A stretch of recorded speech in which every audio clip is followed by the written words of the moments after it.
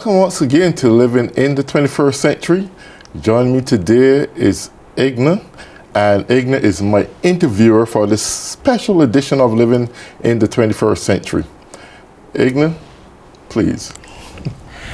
Hi, my name is Inga Puzikov. The name of the company is Inga Designs, and I have been an artist and a jewelry maker for a few decades now. Have been on TV, have been on the radio, but this is the first time that I'm going to be interviewing somebody, and it's a huge honor that Errol asked me to do that interview with him, for him. I'm super excited. Don't judge me. First time, but I think we're going to do well.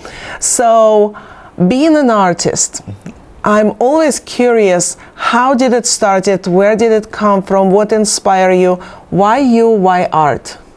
Well, art had always been a part of my life ever since I was a school kid. But as I grew up from one stage to the other, chose other different paths of careers, art had took the background. Most recently, why my profession led me back into the form of art, and that's being a dementia practitioner. I found the importance of art, both from an expressive, creative, and mind-stimulative form of living, especially for those in the dementia setting. Art has a very influential impact on their lives. It is mind-stimulative. It not only suits those who are suffering from dementia, but also have a powerful impact on those who may be even in psychiatric facilities. Art is a part of human life, and it serves a very vital role. It doesn't matter wherever you go. You can just get off an airplane, go straight to a hotel, all jet lagged, tired, and you sit in the hotel lobby, maybe even in your room, only to recognize you see a beautiful piece of painting on the wall, and it starts to put your mind in a different realm, and you start to see things a little bit differently. It helps you to relax, it calms your body. Now the reality now of art, again, different colors got different impacts, right? So there are some form of art, the same very way, it can have a positive impact on some person's mind. It can also have a negative impact on the person's mind, and it can also cause them to be triggered. And this can happen also in places like psychiatric hospitals, and even in dementia care settings or in skilled nursing facilities. So even though it is good, you have to know what and where and when to present that piece of art and your audience. Correct. And I noticed, I got a chance to look at your art. I even came up with an outfit to complement it. I wanted something very ethnic and very bright, and I noticed some pieces, you have a few different collections. Your art is very multifaceted, and some pieces, they're very ethnic and very bright colors. And I understand you're coming from Barbados. Yes. And there was a piece that especially struck me. It was about an independence. I just wanted to talk a little bit about that. Sure. Yes, the piece that we have talked about, it appears to be somewhat primitive. And really and truly that art is about probably, it took me back to when I was really a kid growing up, 2-3 years in my early life. And where I grew up, it was in an old plantocracy kind of system. And what that really means is that the people, or my parents and the people that were in my community, were now creeping out of the old plantocracy time or the old slave era. What happened then is that it had a very negative impact on my life. Even though now I grow older, it has a positive impact on my life. At that stage, opposite where I used to live in that picture, which I think I've shown you, diagonally to that there is a vault who had buried an old slave master more than 300 years was buried in this vault, and his name was Isil Williams. That's his name. Cameron was 1627, speaking subject to correction, the exact year. But in my early years of living there, my life was haunted. Up to the first 11 years of my life, I couldn't even sleep at night. It was awful. It had a very negative impact. Spiritually, I wouldn't know about this until I grew old and started to analyze things. But there was a direct portal from that vault straight to my house. So that had a very demonic and haunted impact in my early childhood years. But in this time and season I'm living in, as a preacher and a man of God, I now understood why that happened, because beside the natural and physical realm I live in, I also live in a spiritual realm. So I see things and understand things even though they are not manifested yet in the natural eyes of people. I am gifted with the discerning spirit to even understand what a person is thinking or trying to say it even before they say it. That awareness, spiritual awareness, is a part of my spiritual DNA. And this all happened by being able to see demonic spirits and what they are capable of through my childhood years. So that had been ingrained in me as a child spiritually up to this same level of my life. Thank you. Thank you for sharing that. That is a very interesting and very deep experience that you went through. But I think this is something that shaped you as an artist, but also as a person from your early childhood. And it is amazing to see how you evolve and was able to take something so powerful and perhaps negative and turn it into something positive, not only through preaching, right, and bringing some kindness and understanding into this world, but also through your art, because no matter what history is, we have to honor it. Absolutely. And we have to take it from our roots. And perhaps when you turn it into art, it also helps people to remember. Absolutely. So that was a special experience and a special piece.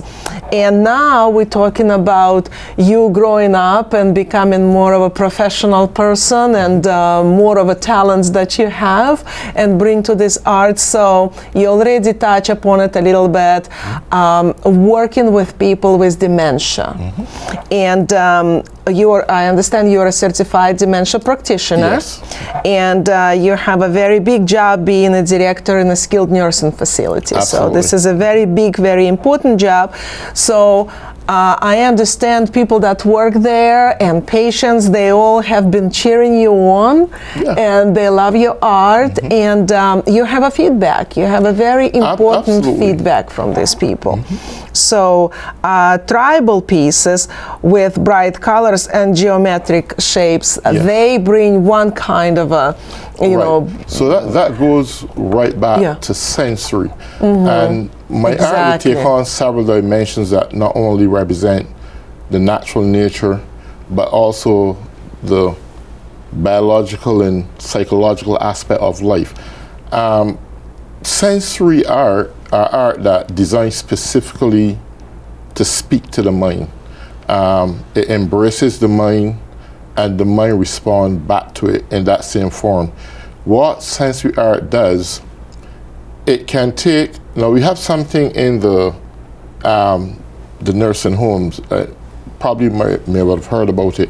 It is called sundowning. So every evening when the sun is going down, it has a little bit terrorness impact on the minds of the residents. And this can also happen even in mental institutions, right? And they can get flustered, they can be agitated at anything, they can become, they can even claw at you, get violent. All these kind of things that happen in the process of what we call sundowning, right? Because there's a gravitational pull not only on the moon, there's certain times when the moon is full, it has a very negative impact on people's minds, and people in mental institutions will go crazy. I mean, literally flip out, right? It has the same impact in people in the nursing homes, but specifically speaking about the sun, when that have the tendency of going down, people get agitated a lot. What best can you speak to the mind with? A piece of art, and that's why it's called sensory. It what the eye sees, it respond to is like biologically built into you. It doesn't matter what frame of mind you are in, whether you are a dementia patient or Alzheimer's patient or a mental patient or a normal person. It doesn't matter who you are as a person. Art has an impact, and the perception of your eyes make you biologically respond differently. It could be mind stimulative, that could get you active, or it could be mind relaxing, that can put you in a cool, calm state of mind. So if you see a nice piece of art that represents forestry or a park where people with a fountain or even a waterfall like behind us. I love that waterfall, such a great color. Absolutely, right? It makes you imagine things. Oh, I could be there right now. I would just relax. But as you saying that, and you can say, I would just relax, you're actually relaxing with it, right? Yes. The person may not be in a position to speak and tell you what they're going through, because most dementia patients at a certain time in their life, they give up that sense of speaking. But their mind are still engaged of what's going on around them. It's like a person who are dying on their bed. They can't move, they can't speak, they can't say anything, but they're still here, hearing everything that's going on around them. And I think that's what makes your art so unique, is that you have a special way of looking at the art with a perception that how people would be reacting on it because of your background. For example, dementia patients are very good about remembering something of the childhood, but might not remember what they had for breakfast. I had my dear grandma suffering from that, so I kind of learned a little bit about those things. And when the art brings them back to their childhood, that automatically gives them comfort. Absolutely. Definitely it gives them comfort. And sometimes also, art has a historic balance to it too. You can preserve history and the appearance of history and what you have lived through in the form of art. And you can go right back and say, oh, I can remember that piece of art. I can remember the days when they were existing that time. Yeah, that's probably in the 16th century or the 18th century. Arts have a way of speaking to you mentally. And it doesn't have to say a word. You just look at the picture. That's what I wanted to say. Art speaks many languages, Absolutely. something we don't have to learn as English or as any other language. Art is art. It has its own language. And it's not your pieces, they're great for patients. And like you mentioned, they have certain feelings, and definitely sensory part is there. But it's just as great for a fancy hotel. You know, when people come in and they look at some vibrant and fancy and multicolored art, and they want to be more invigorated and happy and bring different kind of feelings. Absolutely. Yeah, there are times where people could, as I said before earlier, people can just get off a plane, maybe a cruise ship. And even if you're on a cruise ship, your rooms have beautiful arts on it. Exactly. And this is the beautiful thing about it. Art is therapeutic, right? It's historic preservation. It speaks to the soul. It speaks to the mind. It gets you involved. Even if you're by yourself alone, better yet, that art could bring you out of a phase of loneliness. And it can take you in the phase of imaginary perception, where you can start imagining things. Just that one piece of art, you can look at it and say, wow, or I can look at that tiger and say, I can imagine what that's doing right now in the jungle. Maybe it's there. I'm looking at the tiger and say it's matching my outfit. Yeah, beautiful. I mean, it complements. It's bringing my inner tiger out. That's beautiful. In order to tell the picture word for we relate words. differently to a different type of art. And actually, I'm glad that you kind of started to talk about nature, because I wanted to talk more about part of your series where you have nature and animals, and I can relate to that because I just love nature, So I think as a preacher, you mentioned to me that you always have to be humble and you Absolutely. have to understand nature, people, living things, but God gives you talent. Absolutely. And this is something that you cannot bury. If that has been given to you, you have to use it, and you have to use it for good. Absolutely. And with you understanding the nature of God creations, you have a deeper appreciation Of course. of things and nature and people and animals and flowers, and that all connected in your art. Absolutely. And,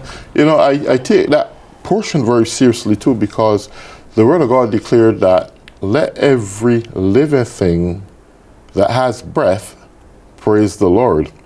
And in a natural world with natural people, or even in a fake perfect world, so to speak, people think that only us as human beings have the right to give God praise and honor and all that stuff. But the trees, they give God praise. Everything they bow their branches, they're giving God praise. We don't know that because we don't speak to the trees, right? The lions and the tigers and the penguins, they have their own form of giving God thanks for the breath that they have in their body. And it's pure, it's sincere. Now, if it had no impact, then there would be no reason why God would say, let every living thing that has breath praise the Lord. The reality is he wasn't referring to human beings, because human beings are not things. We are human beings with souls, and above all other creatures in the earth. But even these little ones, we show love and gratitude to God for bringing them in the earth, and some of them have positive impacts on our bodies. We keep some as pets. We have some in the circus, and so forth. So I try to embrace everything into as one, that we are one creation in the presence of God, and we have to embrace it as one. I have multiple talents. My talents is enormous, but I don't refer to myself as an artist, even though I know I am. I don't refer to myself as a dementia practitioner, even though I am. A mental health specialist that I was before, accounting, financial planning, all that stuff I did before. But I never see these things as one part of me, as separate, different parts of me. I embrace it as one. That's who I am. I remain humble. I don't like to say that I do this and I do that. I'm a humble person in nature. And I take time out to draw and let my imagination flow, and wherever it takes me, I just draw it and document it. And that's what brought me into this place now of having this interview with you today. It's a documentary, and the beautiful thing is now, it's not only going to be a documentary, but all this work would be at Cozy Boutique, which is in Chestnut Hill Mall. And actually this piece is from there. So. Beautiful. So folks know where to go and get the beautiful things, I love beautiful things, and at Cozy is a very fun boutique. So the next thing that I wanted to talk to you about, you have a very interesting twist in your art. That's all of a sudden, with everything that's nature and related to all the real things, and then boom, all of a sudden we have imaginary character. And who it is but of course lovable Mickey and Minnie and all these beautiful characters, exactly, from the happiest place on earth. Beautiful. So everyone loves them. That's easy. But why? Well, in all of us. That's why I love life so much. In all of us, it doesn't matter how old we get, there's still that little kid at heart. We still have that kid in us. That is so true.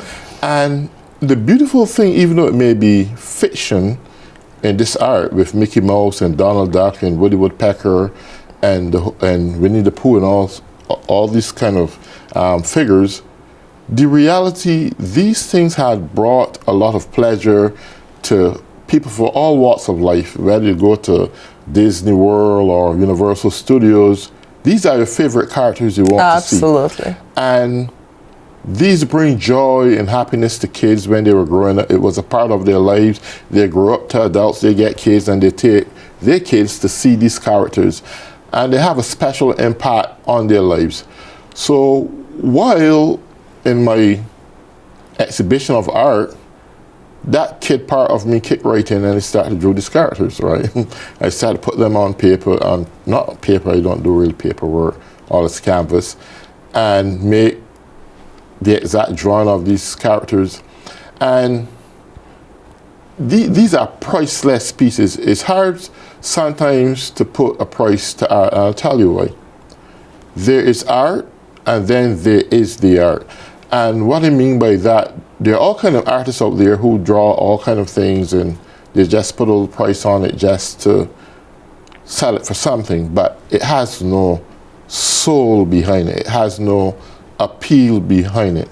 I think when you're going to do something for the market and it's going into commercial aspect, it must appeal to your audience. It must be done in the right way. It must be presented in a right way. It must have a certification of authentication. Some seal on to say, well, this is my signature piece. This is why it's worth something. Just don't look at it as a picture, but this is a part of your life. When you put this piece of art in your house, it says something. It should mean something. So if it means something, there is a price for something, not just any price. Absolutely. And that Disney World, and not only for Disney World, but for any other piece of my art, it has meaning and soul behind it because it is creative, it's expressive, and it's mind stimulative. So I think about the whole human anatomy when I work on my art. Because if your mind is at peace and relaxation, your whole body is at peace and in relaxation. You get rid of the stress hormones that give you stress and cause you to get things like pitosis, which is a bulge in your belly, and then you get lumbar lordosis, and all that comes from the stress hormone, right? Interesting. Right. So when you have stress, it releases that. It releases a substance called, I can't remember the name of it right now, but it causes your tummy to bulge in the lower abdomen, right? And then... And we don't want that, right, so it's better to buy art, much cheaper. Much cheaper, right? And then that put tension on your lower lumbar region and cause you to have, which we refer to as lumbar lordosis, right? So you get rid of pitosis, you get rid of lumbar lordosis, and that's all because of calm mind. Everyone needs to have something in the house to have a calm mind. You're going to pay thousands of dollars for a refrigerator, thousands of dollars maybe for a nice big television, and all these expensive pieces of commercial equipment in your house. But what's really in your house that can put you in a state of relaxation? True. You work hard, you come home from work, you want to relax. You want to just sit down and relax and look at something and concentrate on it, and brings your body stress down. And your pieces are one of a kind. So when people get them, from what I understand, there is a certification. Yes. And there is all the information on you, why the art, you know, and you have a different perspective when you create that. I remember we spoke once, and going back to my favorite characters from The Happiest Place on Earth. And we were talking about kids with autism, which right now is a big epidemic, unfortunately. And that kid might be in his head, the smartest kid, the most wonderful, beautiful child, and he's dealing with certain issues, anxiety, thinking, and feeling alone, and feeling that he needs that friend.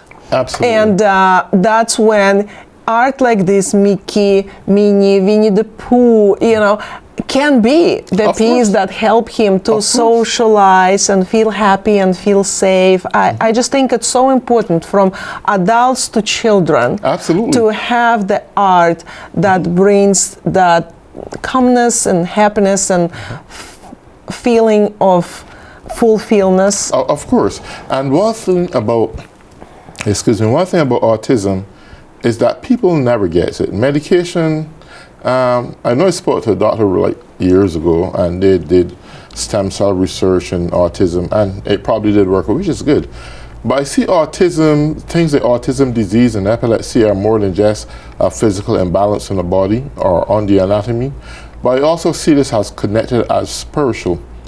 People often see autism kids as aggressive in nature, and I've worked with a lot of them in a mental institution before. I believe there are moments when they are taken to a sensory room and they have sensory material to play with, and most of them like to be by themselves. Their behavior pattern is reshaped, they are different, they are rediverted from doing things that may probably harm themselves. So this kind of art again has a mental rediversion in autism children's mind. I think every autism school should have at least good sensory art inside that room. Absolutely. It calms that child from being promiscuous or hurting itself or anyone else, for a matter of speaking. If that would be up to me, I would take art over medication. Oh yeah. We might not be living in this kind of world, but if we could heal with art, I would say that would be the best way to go. Absolutely. Medication has negative impacts. It helps you one way and hurt you the next, and then you have to find the next more medication to treat that issue. You know, we live in a world of medication, but sometimes art, and I guess that's what it's called, art, right? It's the art of human balance, human expression and relaxation, creative and stimulation, and so forth. And I just wanted to talk about specific piece, if you would let me. This one, I really love the penguin. Well, I'm going to summarize this pretty quickly since we go to the last minute. The penguin, it takes me back to watching a lot of Arctic pictures, and these are the only birds that in the Arctic cold, and I often wonder how they survive, but it's a piece of nature again that tells me that your environment has an impact on your mental stability and mental balance, as well as your anatomy. The penguin is a